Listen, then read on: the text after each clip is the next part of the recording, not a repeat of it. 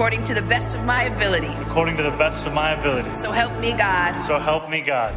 Congratulations, Mr. Mayor. दोस्तों, America के New York city में 1 जनवरी को एक ऐसा इतिहास बना है जिसकी पूरी दुनिया में चर्चा हो रही है। न्यूयॉर्क शहर के नए मेयर ज़ोहरान ममदानी ने 1 जनवरी 2026 को शपथ ले ली है, लेकिन इस शपथ में जो सबसे खास बात रही वो ये कि उन्होंने किसी बाइबल पर नहीं बल्कि कुरान पर हाथ रखकर शपथ ली। दोस्तों, आपको यहां पर यह भी बता दें कि ज़ोहरान ममदानी एक फिलिस्तीनी समर्थक है और कट्टर इज़राइल विरोधी है। यह पहली बार हुआ है जब न्यूयॉर्क सिटी के किसी मेयर ने इस्लाम के पवित्र ग्रंथ यानी कुरान पाक पर शपथ ली हो। 34 साल के ज़ोहरान ममदानी अब न्यूयॉर्क के पहले मुस्लिम मेयर बन गए हैं।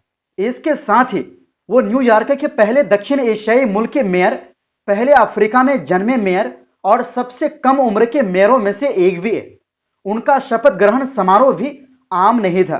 यह समारोह सिटी हॉल के नीचे स्थित एक बंद पड़ी ऐतिहासिक सबवे स्टेशन में आयोजित किया गया। यही वजह है कि यह शपथ ग्रहण पूरी दुनिया में चर्चा का विषय बन गया। सोशल मीडिया पर ममदानी के शपथ ग्रहण के दौरान 3 दृश्य सबसे ज्यादा वायरल हुए। पहला, न्यूयॉर्क का पहला मुस्लिम मेयर। दूसरा, कुरान जिस पर उन्होंने शपथ ली। तीसरा, वो ऐतिहासिक और बंद पड़ी सबवे स्टेशन जहां यह समारोह हुआ। अब सवाल उठता है कि आखिर ममदानी ने किसी बड़े हॉल या सिटी हॉल के सामने शपथ लेने के बजाय इस गुप्त और खास जगह को क्यों चुना? ब्रिटिश अखबार द गार्जियन के मुताबिक ममदानी ने जानबूझकर उस सबवे स्टेशन को चुना जो साल 1904 में बनी थी और 1945 में बंद कर दी गई थी।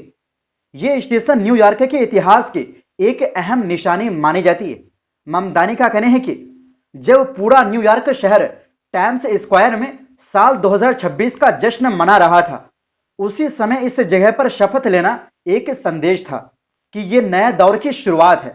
ऐसा दौर जो आम मेहनतकश लोगों की जिंदगी बेहतर बनाने की सोच रखता है। इस खास समारोह में न्यूयॉर्क राज्य की अटॉर्नी जनरल लेटिटिया जेम्स ने ममदानी को शपथ दिलाई। इसके बाद सिटी हॉल के सामने एक सार्वजनिक कार्यक्रम रखा गया जहां दोबारा शपथ हुई और इसमें अमेरिकी सेनेटर बर्नी सैंडर्स भी मौजूद रहे। ब्रॉडवे स्ट्रीट पर जनता के लिए एक बड़ा जश्न भी रखा गया। दोस्तों, अब बात करते हैं उस कुरान की जिसने इस शपथ ग्रहण को और ज्यादा ऐतिहासिक बना दिया। ममदानी ने शपथ के दौरान 2 कुरान का इस्तेमाल किया।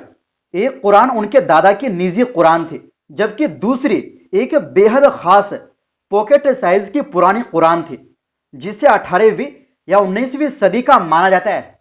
यह नायाब कुरान न्यूयॉर्क पब्लिक लाइब्रेरी के शॉमबर्ग सेंटर के संग्रह का हिस्सा है। इस कुरान को किसी शाही दिखावे के लिए नहीं बल्कि आम लोगों के रोजमर्रा की इबादत के लिए तैयार किया गया था। इसका सादा लाल कवर और साफ लिखावट इस बात की गवाही देता है। यह कुरान मशहूर इतिहासकार आर्टुरो शॉमबर्ग के संग्रह से जुड़ी है, जिन्होंने अफ्रीकी मुल्क के लोगों के इतिहास और उनके योगदान को दुनिया के सामने रखा। माना जाता है कि यह कुरान अमेरिका और अफ्रीका में इस्लाम और अश्वेत समुदायों के रिश्ते को समझने में उनकी गहरी रुचि को दिखाती है। यह पूरी कहानी ममदानी की पहचान से भी जुड़ती है। ममदानी का जन्म युगांडा में हुआ। उनकी जड़ें दक्षिण एशिया से जुड़ी और उनकी पत्नी सीरियाई अमेरिकी है। ममदानी ने अपने चुनाव अभियान में महंगाई, किराए, घर और आम लोगों की जिंदगी को आसान बनाने जैसे मुद्दों को सबसे आगे रखा, लेकिन उन्होंने कभी अपनी मुस्लिम पहचान नहीं छिपाई। वो न्यूयॉर्क के अलग अलग इलाकों की मस्जिदों में पहुंचे और मुस्लिम व दक्षिण एशियाई समुदाय को राजनीति से जोड़ा। और चुनाव प्रचार के दौरान अमेरिका के राष्ट्रपति डोनाल्ड ट्रंप खुद ममदानी की पहचान को लेकर उस पर हमला बोला था, लेकिन इसके बाद भी न्यूयॉर्क की जनता भारी बहुमत से ज़ोहरान ममदानी को अपना मेयर चुना। हालांकि कुरान पर शपथ लेने के फैसले को लेकर कुछ रूढ़िवादी यानी कट्टरपंथी नेताओं ने नाराजगी भी जताई, लेकिन नागरिक अधिकार संगठनों ने इसे धार्मिक स्वतंत्रता और लोकतांत्रिक मूल्यों की जीत बताया। सोशल मीडिया पर भी जबरदस्त प्रतिक्रिया देखने को मिली। दोस्तों, ज़ोहरान ममदानी के कुरान पर शपथ लेने के बाद सोशल मीडिया पर जबरदस्त हलचल देखने को मिली। ट्विटर, फेसबुक और इंस्टाग्राम पर लोग लगातार अपनी प्रतिक्रियाएं दे रहे हैं। अल जजीरा के मुताबिक कई यूजर्स ने लिखा कि न्यूयॉर्क जैसे शहर में कुरान पर शपथ लेना अपने आप में एक ऐतिहासिक पल है। एक यूजर ने लिखा, जिस किताब को कुछ लोग जलाने की कोशिश करते हैं, आज उसी कुरान पर अमेरिका के सबसे बड़े शहर के मेयर ने शपथ ली। एक दूसरे यूजर ने लिखा, वो लोग जो कहते थे कि इस्लाम अमेरिका में जगह नहीं बना सकता, आज उन्हें न्यूयॉर्क से जवाब मिल गया। कई लोगों ने इस घटना को धार्मिक आजादी की जीत बताया। एक पोस्ट में लिखा गया, अमेरिका की ताकत यही है कि यहां इंसान अपनी आस्था के साथ आगे बढ़ सकता है। ममदानी इसका सबूत है। कुछ लोगों ने कुरान की ऐतिहासिक अहमियत पर भी बात की। एक यूजर ने लिखा, यह सिर्फ कुरान पर शपथ नहीं है, बल्कि उस इतिहास की याद है जिसे अफ्रीकी और मुस्लिम समुदाय ने अमेरिका में जिया है। वहीं कई लोगों ने इसे अमेरिकी राजनीति में नए दौर की शुरुआत बताया। एक पोस्ट में कहा गया, यह सिर्फ एक मेयर का चुनाव नहीं है, यह संकेत है कि अमेरिका की राजनीति अब बदल रही। कुछ सोशल मीडिया यूजर्स ने इसे 7 अक्टूबर के बाद बदले राजनीतिक माहौल से जोड़कर देखा।